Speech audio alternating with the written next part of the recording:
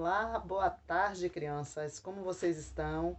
Hoje, nós teremos uma revisão das aulas de português e geografia para que nós possamos, na semana que vem, estar dando início, melhor dizendo, às nossas avaliações, que será a nossa primeira avaliação na semana que vem, tá certo? Vamos lá. Primeiro vamos começar com português, que vamos aqui estudar um pouquinho sobre palavras derivadas. As palavras derivadas são aquelas formadas com base em outras palavras. E as primitivas são as que não vieram de nenhuma outra, certo? Então, nós sabemos que toda palavra derivada, ela veio de alguma palavra que já existe, certo? Vamos lá, o que já é tipo flor, capaz. Se você tem florista, é uma palavra primitiva de flor. Incapaz ou capacitado é uma palavra derivada de capaz, certo? Também estudamos os prefixos, né? Os prefixos nós temos o quê? O radical, né? Que é a parte fundamental da palavra, é aquela parte que nós conhecemos como leal. Leal é a palavra, é o radical. Então, é a parte fundamental da palavra, é o elemento que define o significado principal da palavra. Mas se eu já tenho lealdade, quando eu falo desleal ou lealdade, nós estamos aí complementando a palavra leal. Ou pode ser antes do leal, que no caso desleal, ou depois de leal, que é lealdade, certo? Que foi acrescentado o dade após a palavra. E em desleal foi acrescentado o 10 antes do leal.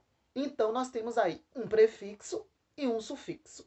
Em desleal, nós temos o prefixo, que é o quê? A parte, que é o termo que foi acrescentado antes da palavra leal. Ou seja, 10 é o termo que foi acrescentado antes da palavra leal. Então, ficou desleal.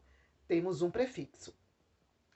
Em lealdade, nós temos o termo dade, que foi acrescentado após a palavra leal. Se trata de um prefixo. Então, entendemos que radical é o termo que define, é fundamental da palavra, é o elemento que define o significado principal do termo, certo?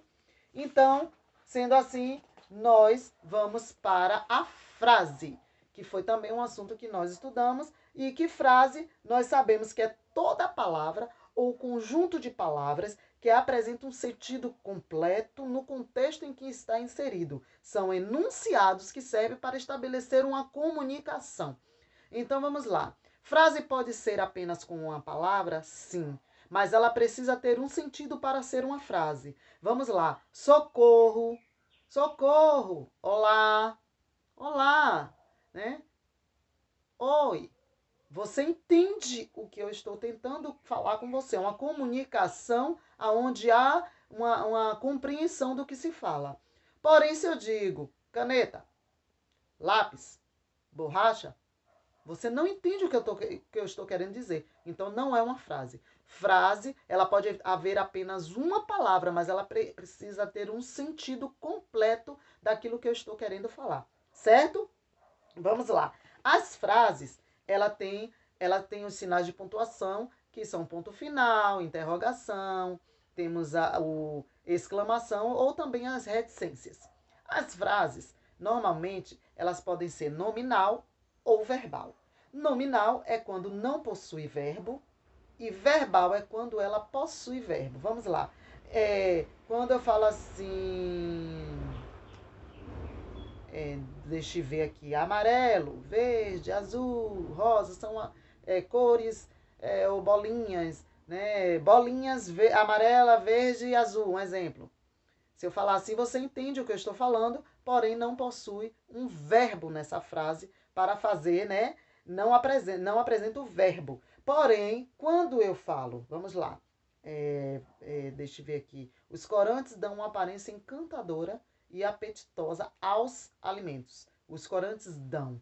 Então, quando eu falo assim, os corantes dão uma aparência, eu estou já fazendo com que você entenda, através de um verbo, o que é que aconteceu aqui nessa frase. Os corantes dão uma cor, uma aparência, melhor dizendo, encantadora e apetitosa aos alimentos, certo? Então, assim, as frases elas vão possuir outros meios, como tipo o artigo, vai ter o substantivo, vão ter os artigos, preposições.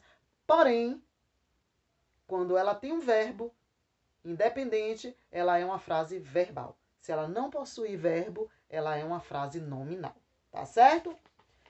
Se eu falar assim, que prato bonito, não há um verbo nessa frase. Então, quando não há verbo, é nominal. Se eu falo assim, deixa eu ver uma outra frase aqui. Ana comprou muitos produtos naturais. É uma frase verbal. Por quê? Porque há um verbo, comprar. O verbo comprar está nessa frase. Ana, comprou muitos produtos naturais. Certo? Vamos lá. Vamos falar também um pouquinho sobre os prefixos, certo? Mais uma vez falando sobre os prefixos produtivos na língua portuguesa, certo? Nós temos os prefixos que, quando nós conhecemos o significado de um prefixo, nós acabamos conhecendo o significado de muitas palavras. Em impossível, né? A palavra impossível, o prefixo in foi acrescentado à palavra possível. Então, esse prefixo significa uma negação.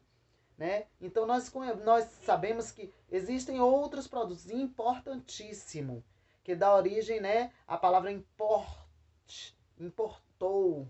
Né? Então, você entende que essa é importantíssimo. Temos também aqui alguns prefixos como an e an, a ou an, que são negação ou de privação, né? Afixo, afônico, amoral. Temos o bi, que é de duplicidade, bicampeão, né? Deixa eu ver aqui, bimestre, bisavô. Bi, já está falando que vem de duplicidade. Di também vem de duplicidade. Ditongo, dissílabo, dígrafo. Então, di e o bi são de duplicidade. Prefixos de duplicidade. A e an, de negação. Temos também o de movimento para dentro, que é o em e o em, que é enterrar, enraizar, embarcar.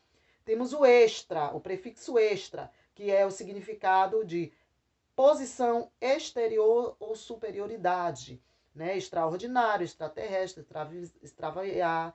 Temos o de posição superior, que é o hipermercado, hipertensão, hipérbole, né? Do in e in, in com N e in com M, movimento para dentro, negação, ingerir, migrar, inabalável, imbatível. São algumas palavras que nós, né, podemos citar aqui com prefixos. Meta, de mudança, sucessão, metacarpo, metáfora, metamorfose. São palavras de mudança, de sucessão. Você fala metamorfose, a borboleta sofreu uma metamorfose, uma mudança, certo? Pré é de anterioridade, preexistente, prefixo, prever, né? E re, que repetição, refazer e reler, certo? Essa aqui é a nossa revisão de português, tá certo? Espero que vocês tenham aprendido um pouquinho mais e uma boa tarde.